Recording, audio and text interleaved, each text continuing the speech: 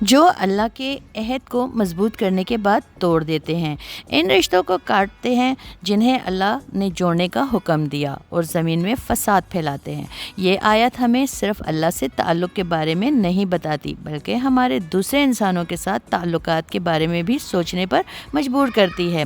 آج ہماری زندگی میں بہت سی پریشانیاں رشتوں کی وجہ سے ہیں۔ کسی سے ناراض ہیں، کسی نے ہمیں دھوکہ دیا، کسی نے ہماری بات نہیں سمجھی، کسی نے ہمارے ساتھ برا سلوک کیا، اور پھر ہمارا دل کہتا ہے میں کبھی اس سے بات نہیں کروں گا یا کروں گی۔ لیکن دوستو، یہاں ایک بات بہت اہم ہے۔ رشتہ جوڑنا اس کا مطلب یہ نہیں ہے کہ ہم ظلم برداشت کرتے رہیں یا اپنی عزت اور حدود ختم کر دیں، بلکہ اس کا مطلب یہ ہے کہ جہاں ممکن ہو دل میں نفرت کو پالنے کے بجائے اللہ کی رضا کے لیے معافی، نرمی اور صلح کا راستہ اختیار کریں۔ کبھی کبھی ہمیں کسی انسان سے دور رہنا پڑتا ہے، لیکن دل میں اس کے لیے زہر رکھنا ضروری نہیں۔ تو دوستو، دل کو خوش رکھنے کا دوسرا طریقہ یہ ہے، دل کو بوجھ سے آزاد کریں۔ دوستو، ذرا اپنے دل سے پوچھیں، میں کس کی بات آج تک اپنے دل میں لیے بیٹھی ہوں یا بیٹھا ہوں؟ کون سی پرانی بات مجھے آج بھی تکلیف دیتی ہے؟ کون سا واقعہ ہے جسے یاد کرتے ہی میرا دل دوبارہ اداس ہو جاتا ہے؟ کبھی ہم جسم سے تو آگے بڑھ جاتے ہیں، لیکن دل وہیں پرانا واقعہ پکڑ کر بیٹھا رہتا ہے۔ ہم کہتے ہیں اس نے میرے ساتھ کیا کیا تھا، اس نے مجھے یہ کہا تھا، اس نے میری قدر نہیں کی، اور ہم سالوں تک اسی دکھ کو اپنے اندر اٹھائے پھرتے ہیں۔ لیکن یاد رکھیں، بعض اوقات معاف کرنا دوسرے شخص کے لیے نہیں، اپنے دل کے سکون کے لیے ہوتا ہے۔ اگر کوئی شخص آپ کی زندگی سے جا چکا ہے تو ضروری نہیں کہ آپ اسے اپنے دل میں بھی ہمیشہ زندہ رکھیں، بلکہ اللہ سے دعا کریں، یا اللہ میرے دل سے کینہ، غصہ، پرانی تکلیفیں نکال دے، اور مجھے ایسا دل فرما جو تیرے ذکر سے مطمئن ہو۔ جیسا کہ آیت نمبر 28 میں اللہ تعالیٰ کا فرمان ہے کہ زندگی، موت اور دوبارہ اٹھایا جانا۔ آیت نمبر 28 میں اللہ تعالیٰ انسان کو ایک بہت بڑی حقیقت یاد دلاتے ہیں۔ اللہ تعالیٰ فرماتے ہیں کہ تم اللہ کا انکار کیسے کرتے ہو، حالانکہ تم بے جان تھے، پھر اس نے تمہیں زندگی دی، پھر وہ تمہیں موت دے گا، پھر دوبارہ زندہ کرے گا، اور پھر اس کی طرف تمہیں لوٹ کر جانا ہے۔ دوستو، ذرا اس آیت پر غور کریں، ہم کہاں تھے؟ ہم اس دنیا میں نہیں تھے، پھر اللہ نے ہمیں وجود دیا، ہمیں زندگی دی، آنکھیں دی، کان دیے، بولنے کی صلاحیت دی، سانس دی، خاندان دیا، رزق دیا، اور اسی بے شمار نعمتیں دیں جنہیں ہم گن بھی نہیں سکتے، لیکن ہم اکثر ان نعمتوں کو دیکھنے کے بجائے ان چیزوں کو دیکھتے رہتے ہیں جو ہمارے پاس نہیں ہیں۔ یہی ہماری بے سکونی کی ایک بہت بڑی وجہ بن جاتی ہے۔ تو دوستو، دل کو خوش رکھنے کا تیسرا طریقہ شکر ادا کرنا ہے۔ اگر آپ دل کو خوش رکھنا چاہتے ہیں تو روزانہ اپنی زندگی کی نعمتیں گننا شروع کر دیں۔ صبح آنکھ کھولے تو کہیں الحمدللہ، اللہ نے مجھے ایک اور دن نصیب کیا۔ اپنے گھر کو دیکھیں اور کہیں الحمدللہ، میرے پاس رہنے کی جگہ بھی ہے۔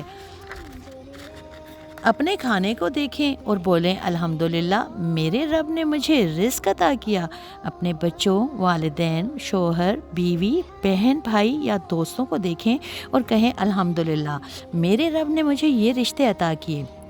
اور اگر زندگی میں کوئی مشکل ہے تو یہ نہ کہیں کہ میرے پاس کچھ نہیں، بلکہ کہیں یا اللہ، جو میرے پاس ہے اس میں برکت دے، اور جو نہیں اس پر صبر عطا فرما۔ شکر کا مطلب یہ نہیں کہ زندگی میں مشکلات نہیں ہوں گی، شکر کا مطلب یہ ہے کہ مشکلات کے باوجود ہم اللہ کی نعمتوں کو بھولیں گے نہیں۔ تو دوستو، آئیے ہم سب مل کر آج ایک چھوٹی سی پریکٹس کرتے ہیں۔ آج رات سونے سے پہلے ایک کاغذ لے کر صرف 5 چیزیں لکھیں جن پر آپ اللہ کا شکر ادا کرتے رہیں یا کرتے رہیں۔ مثال کے طور پر، میری زندگی، میرا گھر، میرا رزق، میرے پیارے لوگ، میرا ایمان، اور پھر دل سے کہیں الحمدللہ، یا اللہ۔ تو دوستو، تو جب ہماری توجہ میرے پاس کیا نہیں سے ہٹ کر میرے پاس کیا ہے پر آتی ہے تو دل کا انداز بدلنے لگتا ہے۔ تو دوستو، کامنٹ میں ضرور بتائیں کہ کس کس نے یہ پریکٹس کی۔ انتظار رہے گا آپ کی پریکٹس کا اور آپ کی کامنٹ کا۔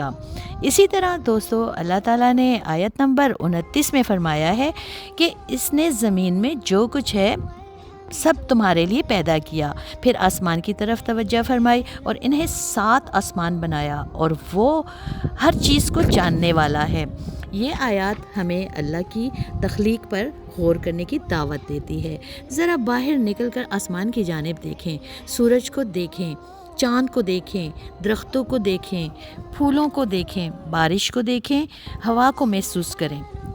یہ سب چیزیں ہمیں یاد دلاتی ہیں کہ ہم اکیلے نہیں، بلکہ ہمارا رب ہمیں ہر طرف اپنی نشانیاں دکھا رہا ہے۔ لیکن آج ہم موبائل کی اسکرین میں اتنے مصروف ہیں کہ کبھی کبھی آسمان دیکھنے کا وقت بھی نہیں نکالتے۔ جیسا کہ آیت نمبر 30 میں اللہ تعالیٰ فرشتوں سے فرماتے ہیں کہ میں زمین میں ایک خلیفہ بنانے والا ہوں۔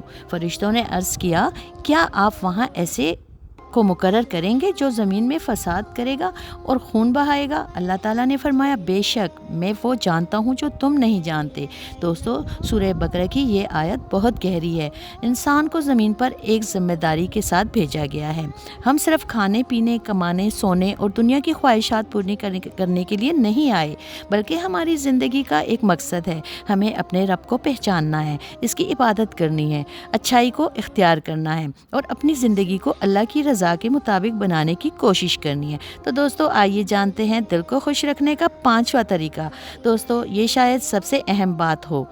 اگر دل واقعی سکون چاہتا ہے تو اللہ سے تعلق مضبوط کریں، قرآن کے لیے وقت نکالیں، نماز کی پابندی کریں، دعا کریں، استغفار کریں، اللہ کو یاد کریں، اور جب دل بہت زیادہ پریشان ہو تو اللہ کے سامنے اپنی ہر تکلیف بیان کریں، کیونکہ کچھ دیر اللہ کے سامنے بیٹھ کر رو لیں، اس سے آپ کا دل بھی ہلکا ہو جائے گا اور آپ کو سکون بھی ملے گا۔